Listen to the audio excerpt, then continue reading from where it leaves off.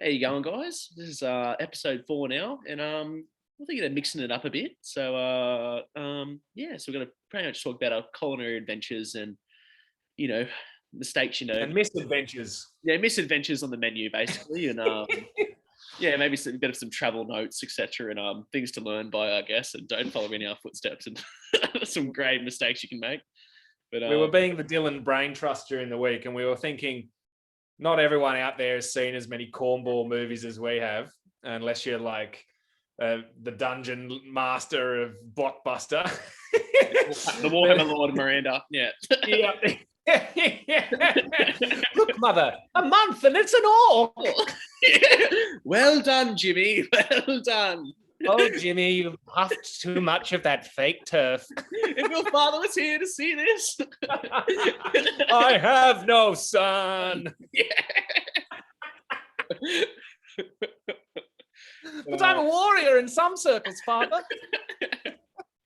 But I've been obsessed with food during lockdown anyway. Like I don't know, I've been dreaming of just like what I'm gonna cook, like when I have people over again when lockdown's over. Like I've been watching burger documentaries. There's a guy called like George Moats or whatever on YouTube, and he's the burger historian where he's eaten over 12,000 different burgers or something in America.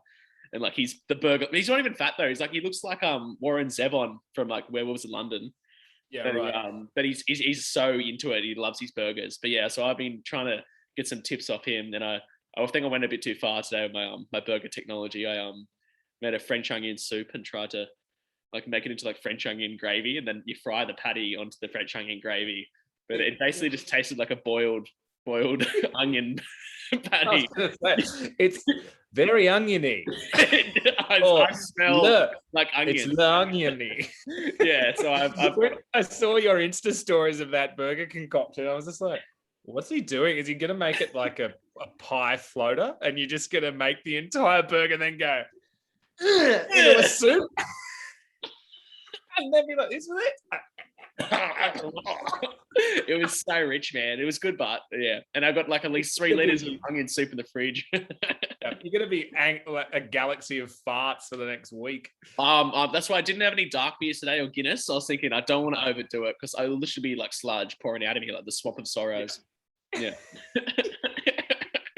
You just be completely Ray Winston. Yeah. Yeah, the sexy beast. Yeah. I'll make an honest woman of you. Eat Bosch Magna. Yeah. But so with the burgers and that, and getting your culinary excitement, you know that show, Man vs. Food? Oh, he eats 13 dozen oysters, and he's just stabbing them with the fork. So it's like a with him. Yeah, that guy and the guy that does the dives. Dive bars, Ferrari with the crazy flame shirt and the Flavor Town head. Yeah. He looks like a mixture between a packet of Twisties and the singer from Smash Mouth. Yeah, he does. Does it from Smash Mouth? the frosted Tip McGee. With that stuff, I don't even think that's a show. It should just be called Man is a Bin. Man eats trash for half an hour. Man died from eating trash. Diabetes. Yeah. An hour. Yeah, but seasons 1 till 1. He died. Yeah. 1 season, 1 episode. Yeah. But it's just all just windows of fat and cheese just on conveyor belts of food that he puts into himself. Yeah, exactly. Yeah, it's always beef involved or pork involved, and yeah, it's just a mess, a rissole mess. Yeah. Yeah. But because I've been thinking during the week of like my ultimate culinary or just mistakes or just blunders throughout the years, and I think the worst one I did in England was it was a mixture of things I was doing. Like I was wearing turtlenecks and Well, let's set the scene. What year is this? What are you doing? Why are you over there? My my second Europe trip, and I've gone completely on my own. Basically, I'm going like, this is Keb's cultural like railway through Europe. It's my BBC adventure. Well, Phineas Fogg, we'll see you in that hot air flying machine back at And, Telegraph Square. And I went full out, and I went to like all like Bath and Connors and like Wales and that, and I went full Welsh and was wearing the hunting cap and the turtleneck and stuff in the pubs. But yeah, I'd always make the mistake of drinking too much Guinness. Then the next morning I'm on public transport and everyone would have to pay for it around me. You would see, the farts are bad, but you can see it travel throughout the room or the bus, and it hits people's mouths. Like the worst is in the tube. People are doing these ones, like just looking out the window, like Ron Weasley, just going, oh.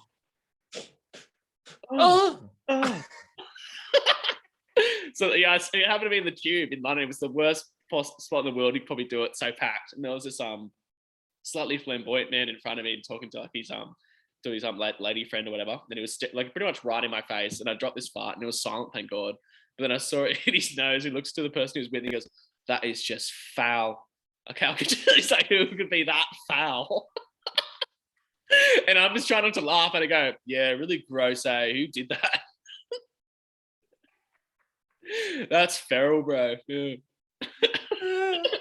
At one of my old jobs, I was working this awful shifts where I'd have to be there at say 4 a.m, and you'd be alone most of the time doing stock takes and things, and the other boss would be there doing their paperwork. And the office, because it was a place that showed a lot of sport, they had an entire like mountain of Foxtel boxes all lined up for all the pay TV. Yeah. And that stuff generates quite a bit of heat in a room with no fans. Yeah.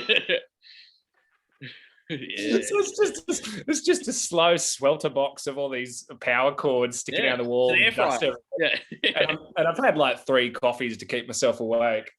And I finally go, all right, she's out of the picture.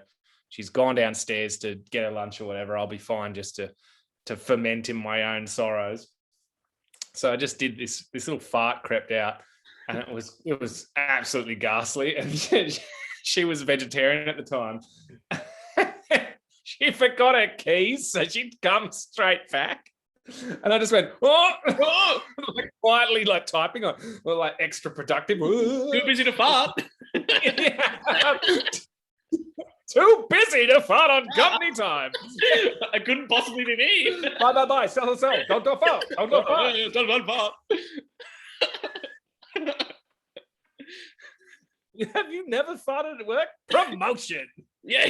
If you have time to fart, you should be spending time cleaning this office. No children, no flatulence. That's the way to the top. Because you're on the street, Lashansky. Yeah. So anyway, it snuck out. And then I just heard her go something like, well, I thought I was going to get some hot chips. And then, what smells like meat? Oh. Your farts are so bad, bro. Like you can cut them with a knife. I've always said, like it's like one of those fogs in like the never-ending story that like destroys like mountains and like it's always towards you. It is the nothing. It is the nothing. It's like you're gonna go, oh, pushes you against a wall and tries to whisper sweet nothing. Just that stone guy just holding things. These look like strong hands.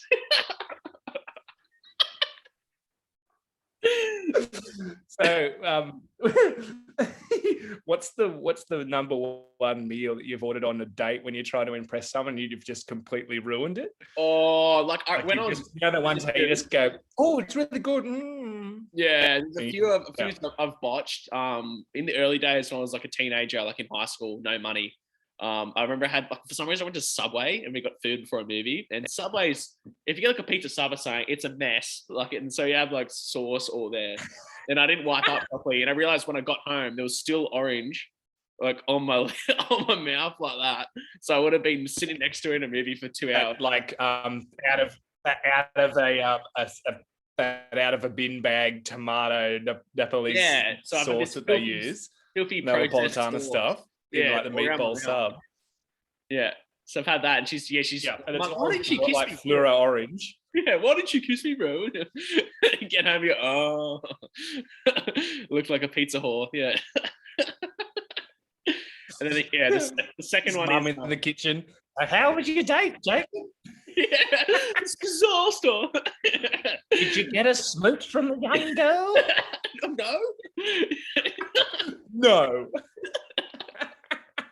No, the second bad one as well was the fish burger. For some reason, I thought, oh, let's get fish burgers. That'd be a great idea. Like, let's take some fish burgers home to the fish and chip shop, and it was just mush. Like, it's just like a big soggy like wet fish nugget. That's so bad. Yeah. So that's probably my two. Sometimes when it's that repulsive, you just want to grab it and go and watch it go, and then you chuck it across the tennis court or something. Yeah. Yeah. Like Skeletor hands. Yeah. I'm finished with you. Yeah. Yeah.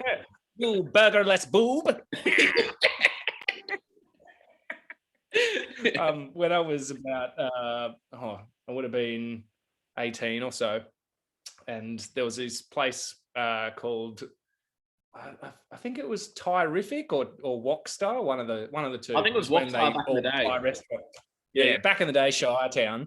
And they used to do this thing where you'd go in there, you'd pick your protein or whatever, and then you'd pick your flavor or what region of Thailand you wanted it from and the level of hotness. And then they'd mix it all for you and you're like, oh, and they'd give you a little entree and you go, wait, they'd bring it over. So, I'm trying to impress this chick, and I've sat down and I've gotten the number for the table. I've paid for everything. And I've taken my little entree back to the table. And as I'm sitting there hearing about her day, what she's up to, a bit of casual banter, some rip-roaring snorts, and I've just gone, oh yeah, do go on, tell me about your family, that's great. I'm eating all this really bland, dry entree. And then about 20 minutes later, the waiter comes up with our orders, takes our number off the table, and then just goes, do you mind if I have our display back? And I went, what? And then he goes, and here's your entree. And he gave me my entree. Oh. And I was like, what have I been eating? And when you go to some Asian restaurants and they have the resin-made like super glue models of food, I'd eaten half a tray of fake-looking sushis and like dumpling things. I'd just eaten resin. Great story. It's very similar. I remember working at the airport. It was me and Sam used to be bartenders at the airport. Very classy. Yeah. Anyway, there was an old man, and he goes like, "I think you gave me the wrong rosé," and he's been drinking the tip jar with coins in it. It was like the raspberry corner in the water you drop the coins in. He's been drinking that with coins, and I go, "Mate, you do that all on yourself. I'm not giving you a glass of coins." He goes, "Oh, I didn't order this." I'm like, "Oh, how much did you drink?" Just like he pulls the stupid tip jar, like nice tips or whatever, like out of his a Lincoln. Moron.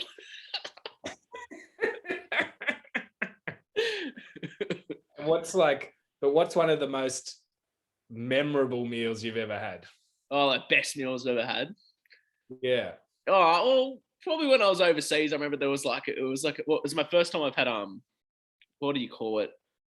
Oh, it's pork, but it's like the hoof type thing, or the pork knuckle. Sorry, pork knuckle. Yeah, first time I've had slow cooked pork knuckle, and it was it was like 5 of us, right? And you had to pre-order it 2 days ahead. We're in Austria, and we get it, and we're and of course it's such a small village that everyone has 3 jobs in the village. So it's like something like, didn't that go? It's like being working in the hotel before, and he goes like, hello. He goes, oh, Kev. And I go, oh, how you going, man? He just puts a little mustache on. Oh, hello. The monocle on. Yeah. So he brings out this huge plate, man. This is like, I'm stuffed, like I can't eat anymore. And he goes like, oh, but you guys done well. And he goes, now it's time for the other knuckle. And he brings it up with the next tray. And they're all just doing that. It's a boogie ball. Is it in Germany? Yeah. Where's this? Austria. Yeah, Germany. In Germany, it's that whole suck the knuckle, suck Like, the knuckle.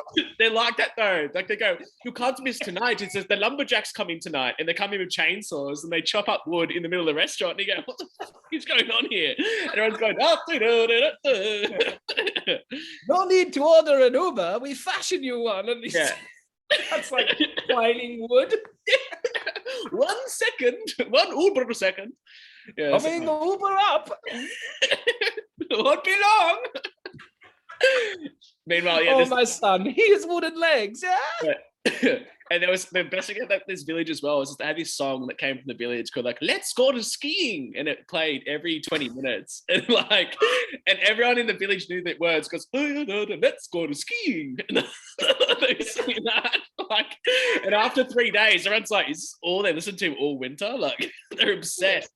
The schnapps riddled brains. Yeah. Good village. When we went on that family holiday to Italy, I remember one night because I was able to drink back then, like just turned 18, and I went out to a karaoke bar. Oh, that's right. And I was the only one in the whole village that spoke English. And so I did Comfortably Numb by Pink Floyd. But then they were all a bit like, because they wanted something a bit more zesty. Yeah. And then the local he's just the karaoke slayer. He comes out, and dude, he looked like the Disney version of Captain Hook. Oh yeah. It was amazing. And he comes out, and then they did this song. It was called like Estupendo. And he fully got up on the tables and he's like, "Estupendo!" Oh, Estupendo, yeah. Like clapping and throwing glass at him. Yeah, everyone, this is a classic. It's Estupendo. Estupendo. Did you do your sledgehammer? Yeah. Always. Standard. Sam always does a sledgehammer on the karaoke. I always do. As soon as you hear that, you just like punch it off of the wall. Ooh, a subtle little jab. I always try and do LA Woman. That's the one I always try and do because it's a long song, but you can get into it. Everyone like towards the end, everyone goes, "Oh yeah." But how bad is it when someone at karaoke decides they're going to do Hurricane? Here comes the story of a hurricane. It's because for 20 minutes. Dude, that song literally goes for 5 years. That was the story of a man's life. Yeah.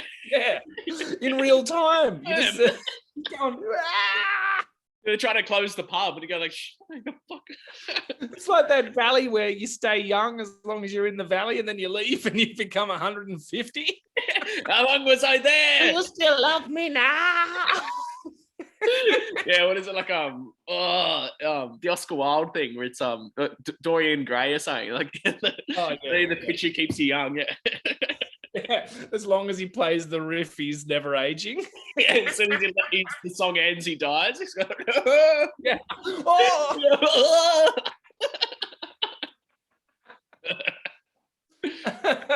And like a phoenix out of his tip hat comes his younger self. He's like a baby. The bartender's like, we really got to stop these nights. Yeah, it's just very toxic. Open mic sucks.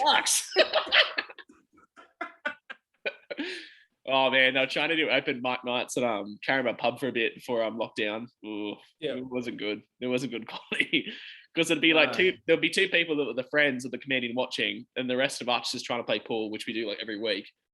And like he'd be trying to like get like try and pay us out while trying pool and stuff. I'm like, dude, we're trying to just ignore you and like play pool. Can you just leave us alone? And he'd try and like, yeah, like you guys are pretty lame, huh? Like, and I'm just kind of like, leave me alone, bro. Like, I'm not even watching you. So crook. Yeah. Have you ever done open mic? Have I ever done one? Yeah, you ever done one?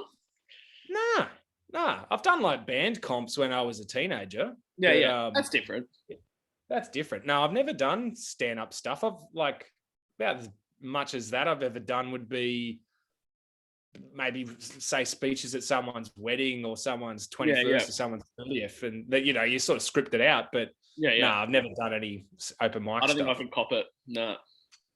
Well, it just depends how drunk you are and how self-deprecating you want to be, and as long as you can get back on your feet, I'm like that's the biggest thing. And it'd just be Like so I hard. just got a temper. I'd probably get too angry to come back at him, and I'd That's just the be problem. angry. I think I would blow up if someone would snicker and go like, "Who are you? What have you done with your life?" I've got 4 episodes of the YouTube thing. Podcast. I work in a fucking. I wore a turtleneck bath. Look at me, success. I live in the back of my parents' house in a fuck dungeon. I've got a wheelchair, you know. Yeah, I have a wheelchair hidden in the loft somewhere. Have a guess where. And they just turn the light off. Which secret door? I'm so kooky.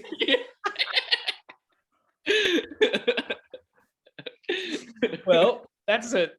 Where I reckon this has been a funny little doodad for a Monday night in depression central lockdown.